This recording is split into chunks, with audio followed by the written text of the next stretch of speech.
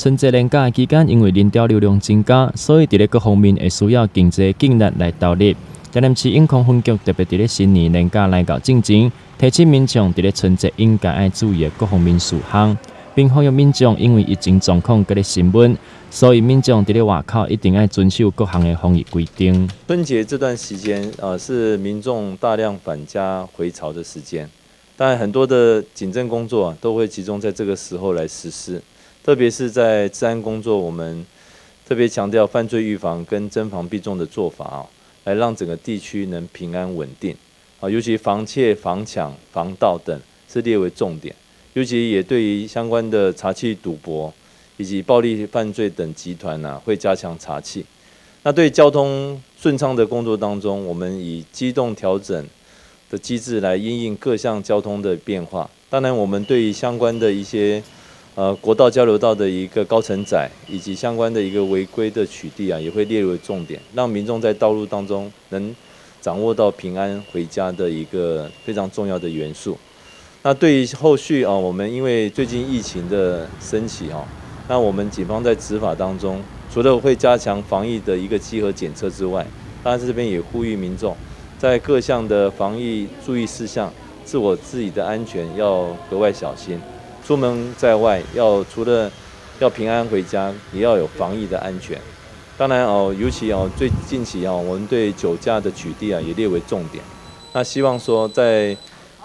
参与相关的餐叙饮宴的时候，特别注意喝酒不开车，开车不喝酒以免以身试法，伤人又伤己这一点也特别在这边跟民众做个呼吁。最后，我想代表永康分局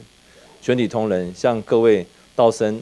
新年快乐，虎年行大运。春节期间，警察会注重伫咧重点的路段来进行交通的疏导，并伫咧人潮较济的所在会加强巡逻。警方呼吁民众伫咧年假期间，因为返乡车潮较济，所以爱呼吁大家爱加利用替换的道路，避免造成严重的塞车。放假期间，为着袂影响到交通，嘛加强来处理，并强力执行酒驾检测。仁德交流道2月3日初3至2月5日初5等3天，从早上7点至晚间7时，封闭北上入口。往年民众大多会利用大湾交流道来北上，因为永康交流道有2个北上入口，历年来车流量较顺畅，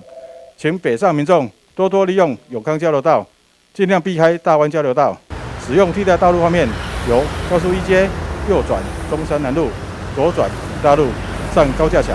来使用永康交流道北上。永康分局在此提醒，中华路与中正南路及中华路与中华一路等2处，已设置科技执法系统，取缔闯红灯及违规停车等多项交通违规，从2月1日起正式启用。年假期间，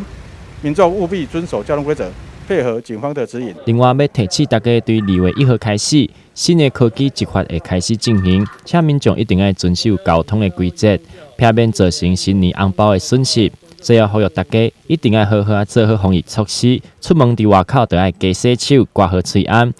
甲人爱保持适当的社交距离。伫咧警察执勤的时阵，嘛开始做好防疫措施，共同努力来守护台湾。台南新闻刘品言采访报道。